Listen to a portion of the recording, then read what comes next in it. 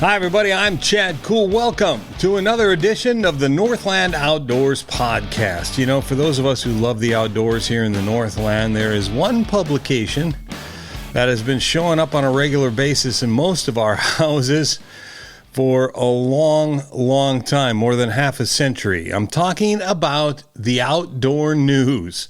Fantastic resource for everything outdoors and outdoor journalism. Has been publishing for, well, we're pushing 60 years now. And today, publisher and managing editor Rob Drieslein is going to join us, and we're going to talk everything outdoors, from the most recent election here that's still forefront in everybody's mind and the effects of that on the outdoors, to the Minnesota deer hunting season, and just an entire plethora of subjects. It's a great discussion. Before we get to that, however, just another reminder, please go to inform.com and subscribe so you don't miss a minute of Northland Outdoors content, be it video, be it the submissions from our great outdoor writers across the network, to everything Northland Outdoors, including the podcast. So go to inform.com and subscribe. Also, check your local TV listings and don't miss an episode of this year's Northland Outdoors television series.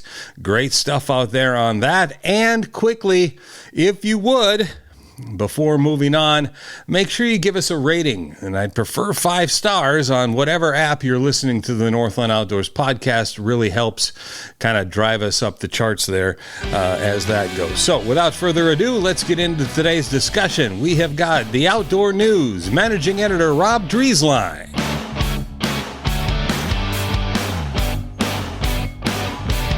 Very few people have their finger on the pulse of everything Northland Outdoors than this guy. Has been doing it a really long time. Rob Drieslein, the publisher managing editor of Outdoor News, joins us. Rob, how are you? Very well. It's good to see you. Thanks for having me on, Chad. Looking forward to chatting outdoors topics with you here for a little bit. Well, I appreciate it. Now, for those of you who don't know, and if you don't, then you're not into the outdoors. This guy is in charge of one of the must-have publications in the outdoors, as far as I'm concerned, and has been for, well, we're pushing 60 years, I think, aren't we, Rob? Pretty close to. Yes, the publication's been around that long, since the late 1960s. I haven't been there that long. I've been there about 25 years, 26 years. So I've a good chunk of that history. All I know is that the Outdoor News has been sitting on the kitchen table in my house since I can even remember. My dad subscribed, and it's just a great resource for outdoor information and everything in our part of the world. And let's talk your history with it, though. You've been there, you said, about 25 years. How did you get into this stuff? I guess it was 97. So I guess we're 27 going on 28 years now that I think about it. Where are the years going? Yeah, I went to UW-Madison. I got a degree in science writing, and then my first job out of college was in Winona with the Winona Daily News. I was the outdoors, and I did a little bit of everything there, police and courts, as well as the agricultural beat, and did that 2 years, and then jumped on in a bow hunting magazine in the Twin Cities. I worked for a guy named Mike Stralin for 3 years here in Minnetonka.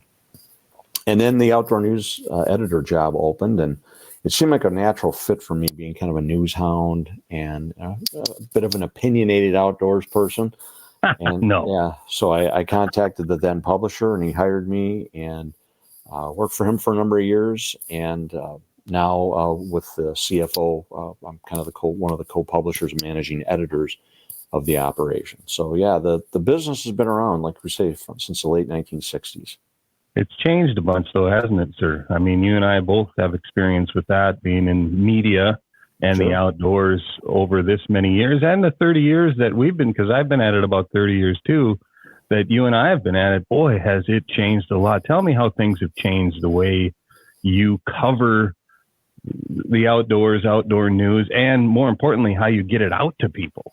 Yeah, well, we've seen a lot change with print media, just in terms of how you produce a newspaper. That changed. Sure. I remember the old paste up days, but that doesn't mean a whole lot to some of your listeners, so that's fine. But everything, of course, has gone digital, and it took us a while, but we finally have I think a very solid digital product. If people don't want to buy print, they can still get all of our content, delivered directly to their phone. They can. We have a very vibrant website. We update every day with content. We cover 7 states with print publications. The Minnesota Outdoor News, like we say, has been around since the 60s. Along the way, we launched 6 other titles, print titles, all the way out to New York State. So I've got editors covering outdoor issues all the way to the Atlantic Ocean. And then, we cover national topics too. I mean, we had a big story this week about the eagle poaching ring out in Montana. We had, you may have heard, there was an election this past Tuesday. We covered, some of the ballot initiatives like in Florida as well as Colorado. So I think our content, especially our digital content, appeals to people across the country, and it has to these days. Yeah, obviously in getting ready for this, and I visit it as often as I can, but took another little peruse around the website this morning. It is fantastic. Just so much great information there, and multimedia too. There's all sorts of different things. What you're doing with Minnesota Outdoor News Radio and the other podcasts and so on and so forth. There's so many different ways to get your information these days. Now, you mentioned it, so I'm going to blame you, but yes, we had an election on Tuesday. Now, most people, one of the biggest reasons we embrace the outdoors and our time in the outdoors is so we can forget all of that kind of stuff, right? But we also know that what happens on those days has a profound effect on what we love about the outdoors and how we can enjoy it. So give me your thoughts on this particular election. Was there anything major that came down the pike for at least our part of the world here, the upper Midwest and so on, political fallout from what happened on Tuesday? Well, a couple points maybe before we start is that, we've always covered, we don't cover elections in great depth, but we absolutely cover what the ramifications of those elections means for natural resources management, and conservation. It's crucial to the resources that we use afield. So I guess I feel like I need to make that clear. There's some people that say, there's no room for politics in the outdoors. Well, sadly, there is. Politics determines a lot of what we get to do or not do in this world. Now, specific to the 2024 election, a couple key points. First off, Donald Trump got reelected, and I think one big issue I've helped out a bit with the group called Sportsmen for the Boundary Waters. This means that mine up there, that Twin Metals mine, is now probably full steam ahead. Trump told the public that very clearly during a rally in this state back in July that if he was reelected, the 20-year moratorium that Biden put on copper, nickel, sulfide mining in the Boundary Waters watershed, he did that in 2022, that if Trump were reelected, he was going to immediately, I think he said, his quote was like within 10 minutes of inauguration, he was going to get rid of that. So that's something we're going to be watching. That mine does have, potential to affect that, not only the Rainy River watershed and the Boundary Waters, but Outdoor News has learned that water flows downhill, and it could mean, potential for Rainy Lake, for Lake of the Woods, for Hudson Bay, all the way up. So it's a big issue. The other thing, more of a national issue that I've talked about, is under the Trump administration, the Great American Outdoors Act passed. And that was really good. That was great. That was in the summer of 2020, I believe. And what it did was it permanently funded the Land and Water Conservation Act, which finances all sort of great natural resources issues. Something I'd been pounding on personally for probably 20 years, and it was a thrill that it passed, and it was kind of unique that it passed under Trump because he wasn't the greatest conservation president. Then what happened was after the election, he signed an executive order basically kind of eviscerating it by saying that all acquisition had to have local approval, which generally means a lot of that acquisition won't happen. A lot of local officials would kill it. That didn't get a lot of publicity at the time, Chad, because we were all focused on other things after the election of 2020. Shortly after Biden was inaugurated, he signed an executive order eliminating Trump's executive order. So all the good stuff from the Great American Outdoors Act has transpired over the past 4 years. I think it's pretty clear based on some of the documents we've said, and well, I'll be clear. Project 2025 has made it clear that there probably will be another executive order eviscerating that component of the Great American Outdoors Act, I would think, fairly quickly in 2025. So not exactly good news on a couple points, but I'm not going to mince words. I'm not going to ignore what I expect to happen and what that means for the outdoors. On a good note, we did pass the amendment on rededicating lottery proceeds to the Environmental and Natural Resources Trust Fund for another 25 years. It passed, I think, by its biggest margin ever. I think it was 77.8%. When it was renewed in 1998, I think it was lower than it was like 74%. And I think when it first passed, it was about 77% also in 1988. So, that's a thrill to see the public of all political shades and colors come out and say, we support the environment. When you give us a yes or no question, more than 3/4 of us are gonna say yes. So, sorry I went on there for a bit, but those are some things that jumped out at me. That's the stuff that you hit it on the head. We love the outdoors and we use it as an escape, but we have to be conscious of the fact that elections have consequences, and to be involved. Groups like you're very familiar with MinFish, groups like that have come along in recent years. That's the reason, right? It gives sportsmen, anglers in that case, a much bigger voice at the Capitol, and there's no question that that's important. So, yeah, MinFish accomplished some great things already, and I know they will again in 2025 and beyond. Let's jump into the approaching state holiday we also know as deer season, coming up in a couple of days. The woods will turn orange in Minnesota, and the hunters will be out and about. Give me your thoughts on, I know you keep tabs on things and talk to folks as far as like deer populations and so on. What have you heard as to the health of the deer population in Minnesota and what hunters might be able to expect this year? Well, I'm trying to be cautiously optimistic about that. Of course, last year we killed just below 160,000 deer across all seasons, which is a pretty low number. It was closer to 158, 159. And I think the DNR, everybody would be relatively satisfied if that annual number was at about 200,000 deer. Well, we haven't hit that in a while. There's a multitude of reasons for that. One reason is the low deer population in northeastern Minnesota. We've had some tough winters that have knocked back the deer herd there, and between that and the predator load in that region, it's been hard for deer to recover. It's taking deer a while to rebound in that part of the state. We had a very mild winter last year that helped, but we're going to probably need at least one more of those, I think, to start to see deer numbers in the north increase. Another deer issue that I pound on that no one else does, and so I keep saying it, I keep repeating it. I think one reason deer numbers have been lower in the southern portion of the state, in southwest and western Minnesota, is because of the loss of our CRP grassland acres. Anyone who has spent a lot of time duck or pheasant hunting in our grasslands always comments on all the deer that they jump. People don't realize how important thick grassland thermal cover is for white-tailed deer. I realized that when I had younger kids, and we've got a bit of a prairie on my dad's place. We play hide and seek with my kids, and how easy it is for a large mammal to burrow themselves into deep, thick grass. And kids could hide, and there'd be times you panic. You're like, did they get away? And then they'd be like, no, they're here. Deer do the same thing. That that grassland is really important thermal cover, and I think the loss of that in the past 15 years has affected deer numbers down there. Now, all that said, the mild winter was a real bonus for white-tailed deer last year. We're all hearing a lot of reports of twins and even some triplet fawns that dropped this past spring. A little bit of concern that all that rain maybe didn't help deer, and maybe they were flooded out in some areas, maybe they were concentrated in other areas because of the high water, and that gave coyotes.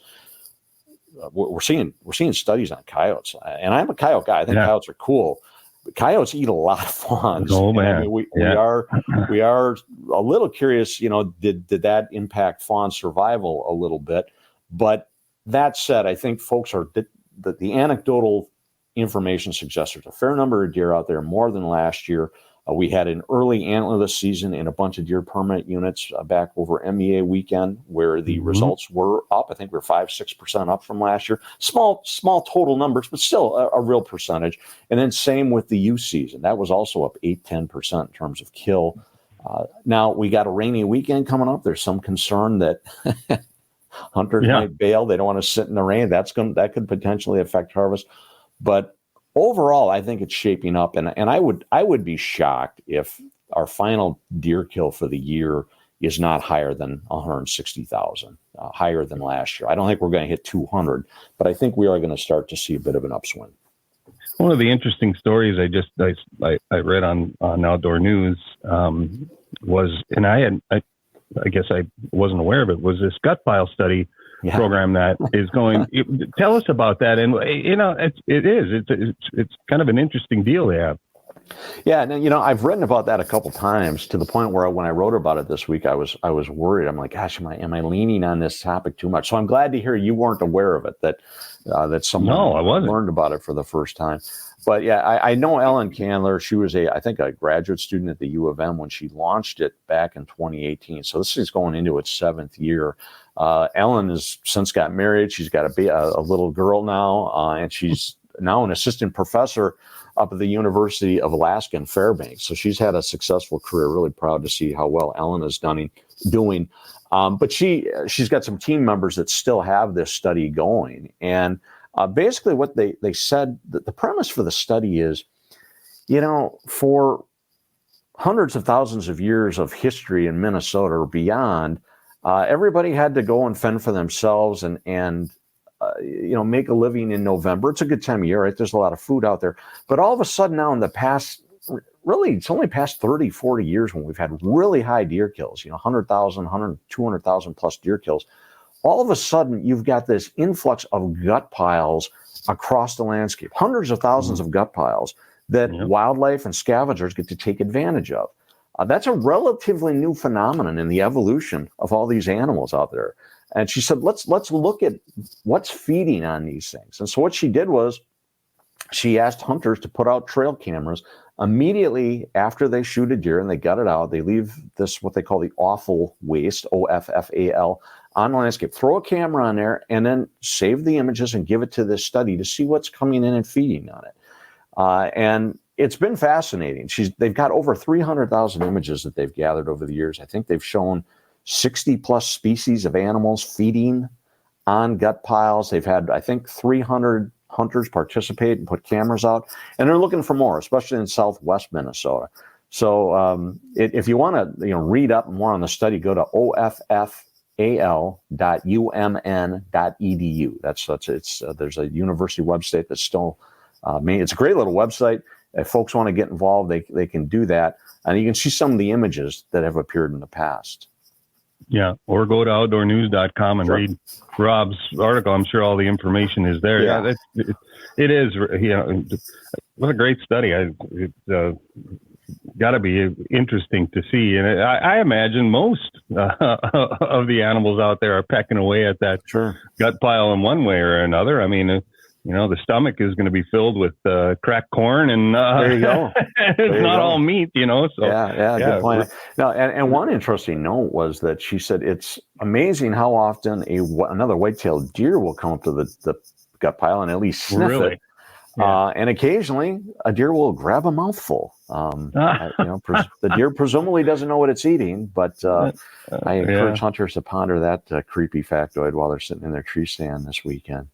Well, it's one of those things that's super easy to get involved too. Because once you have your deer, you can store the trail cams for a while. Why not leave one up and help out? So it's pretty easy to get involved in that. Yeah, and I believe the study has trail cameras they'll send participants also. Oh, super. So let's switch gears again a little bit. And last year, as part of our Northland Outdoors television series, I was committed to doing a Minnesota pheasant hunting show just because of the kind of, where, Minnesota pheasants not that long ago was not the kind of thing, most of us would say, well, it's a complete waste of time, but that's changing. And the last 10 years, 15 years, that's changed a lot. And I was down in West Minnesota near Canby, and we had a couple of great days of shooting. Have you seen? What's your take on Minnesota pheasants and what you've seen and how the state is bouncing back? I know this goes big time to what you were just talking about with grasslands and Sure. and that kind of stuff. But am I right that things are slowly but surely getting better in that regard? I would say I would consider that a little optimistic, Okay. Chad. Okay. The loss of CRP really impacted pheasants hunting numbers, bird numbers, and hunting success across not only Minnesota, but northern Iowa and South Dakota over the past 10 or 15 years. I mean, if you go back to the real glory days, the soil bank era, when there were millions of acres enrolled in soil bank, my dad talks about that era, and it's just ridiculous how good the pheasant hunting is. That was well before my time. Then we had CRP come on in the mid 80s, and it got rolling. And by the 90s were a pretty good decade for pheasant hunting, and I'd say the early 2000s. Then, commodity prices went up. We got ethanol that's driven up corn prices, and so a lot of that acreage came out. We still have CRP acres. We still have continuous CRP acres. We've got CREP, Conservation Reserve Enhancement Program acres. We also have an incredible wildlife management area system out there. We got over 1 million acres, I think, statewide in that, with a lot of great grassland in that. We've got waterfowl production areas managed by the U.S. Fish and Wildlife Service.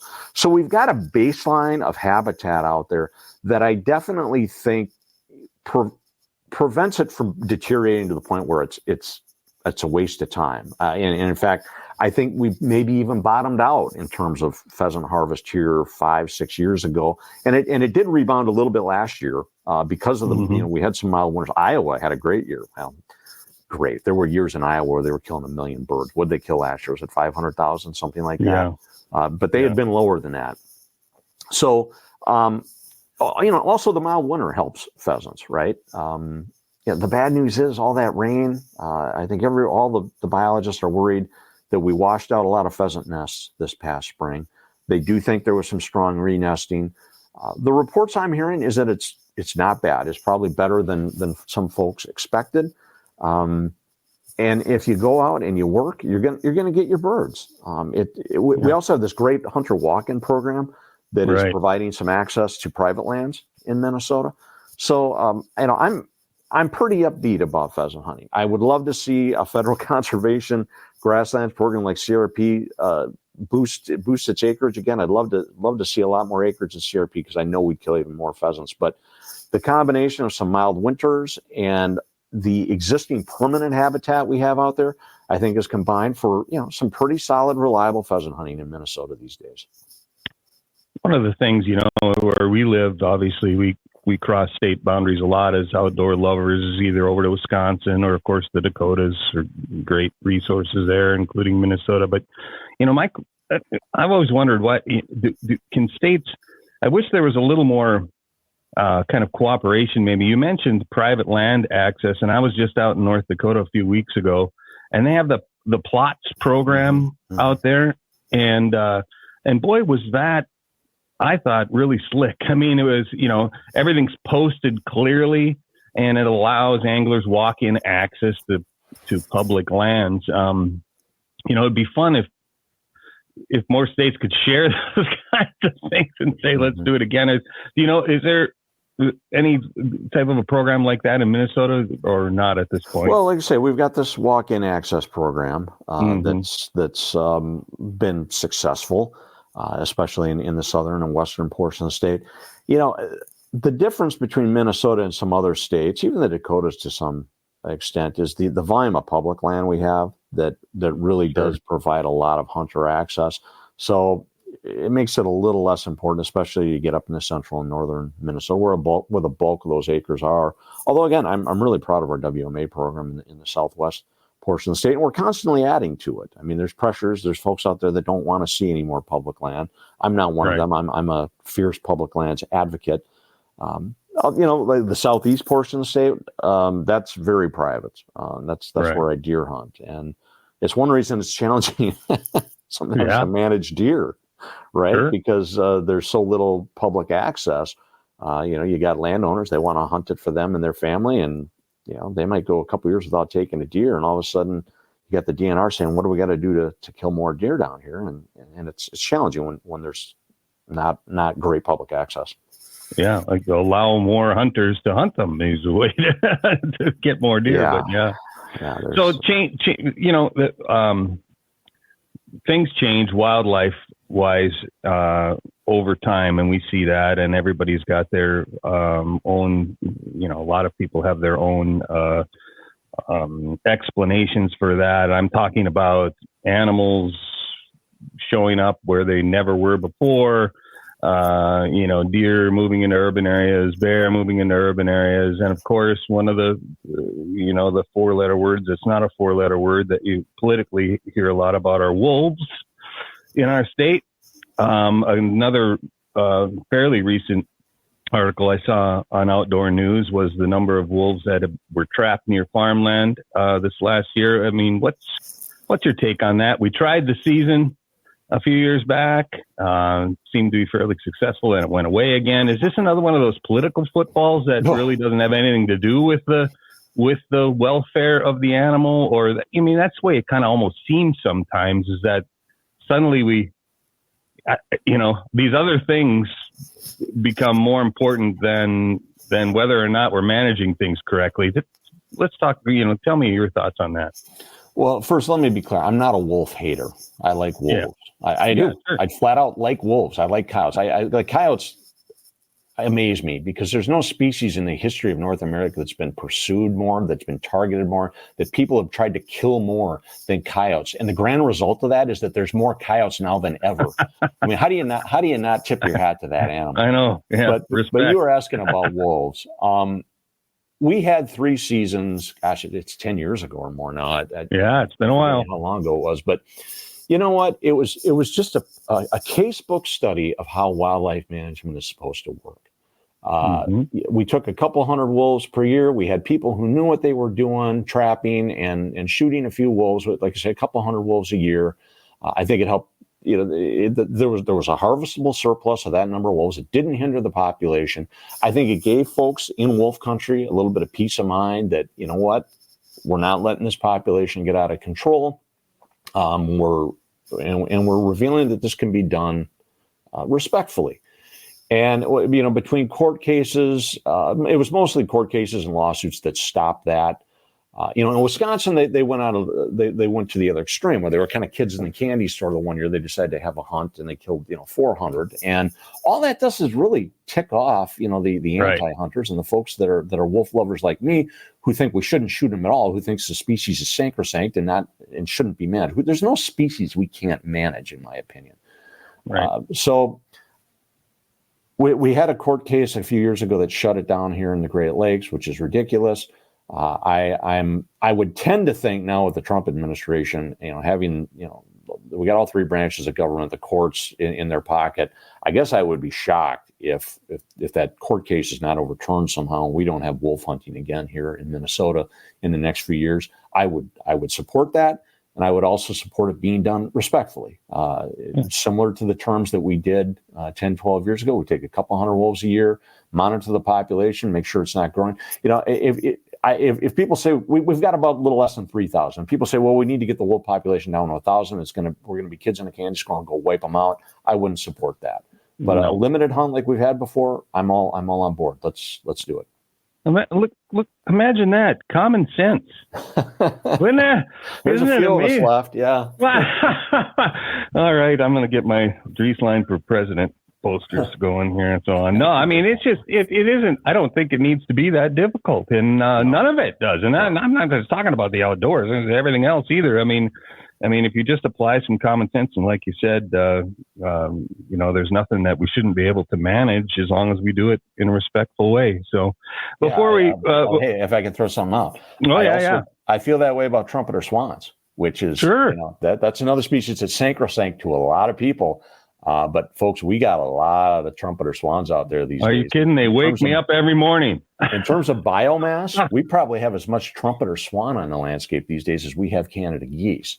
Well, I was going to say. And people are more than happy to shoot those. They eat the same stuff. Trumpeter swans are delicious. At some point, we're going to have that conversation. Yeah, I see more swans on a regular basis than I do geese. There's no question about it. And I live on a little lake, and like I told you, between them and the sandhill cranes, trying to sleep past about 4:30 in the morning if the window's open is impossible. They're noisy critters. I love sandhill cranes. I think they're awesome. Their call is so cool, but they are also delicious. And there's a time and a place with that population growing. Big issue in Wisconsin. They're pushing it hard there, and in Wisconsin they love sandhill cranes almost like we like loons. So it's kind of it's a little more controversial there than I think it would be here. Yeah. But before we let you go, though, I wanted to get back to outdoor news itself and just a couple of things that I want people to be aware of. Tell me about the Outdoor News Foundation. I know they do incredible stuff, and it's one of those things that I think more people should be aware of. Tell me about that. Yeah, we just launched it this fall. And by the way, go to outdoornews.com, and across the top menu bar, you'll see the foundation. Just click it if you want more information. But the idea is there's a lot of efforts out there to recruit youth into the outdoors. There's especially a lot of one-off events, whether it's a youth fishing derby or taking a kid out turkey hunting for a day. And I tip my hat and I respect all those folks that are doing that, exposing kids to positive experiences out of doors. The problem is that a lot of those kids go home and that's the end of the connection. And so we're trying to do a couple things by continuing that connection. One, we want to push kids towards environmental learning centers, and we're offering some scholarships to get kids into those learning centers, for a longer term experience.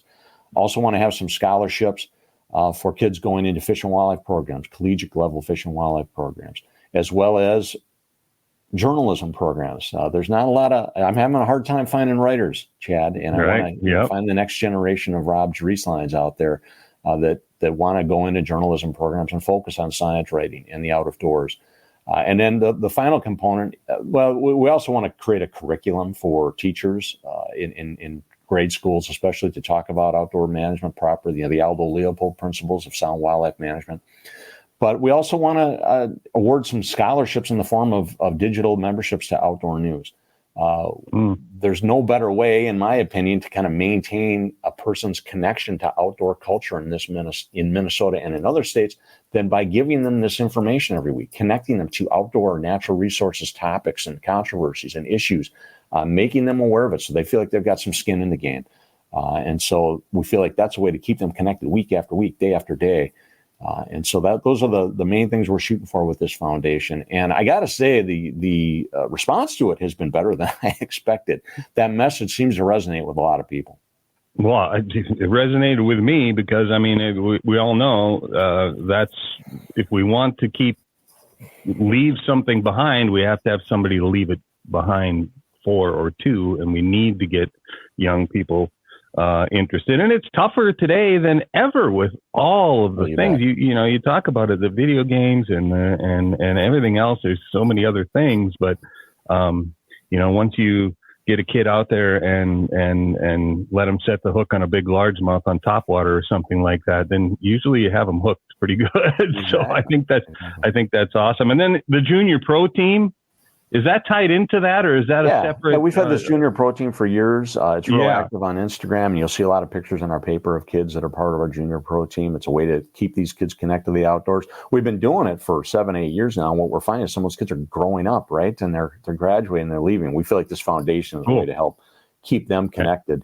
And I want to point out, if folks, maybe you don't know a kid that you want to nominate for a subscription or a scholarship, you can make a donation and help out a kid you don't know. And again, go to outdoornews.com, click the foundation, and then see how you can do that.